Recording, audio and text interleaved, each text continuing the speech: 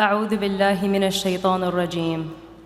الله نور السماوات والأرض، مثل نوره كمشكاة فيها مصباح، المصباح في زجاجة، الزجاجة كأنها كوكب دري يوقد من شجرة مباركة.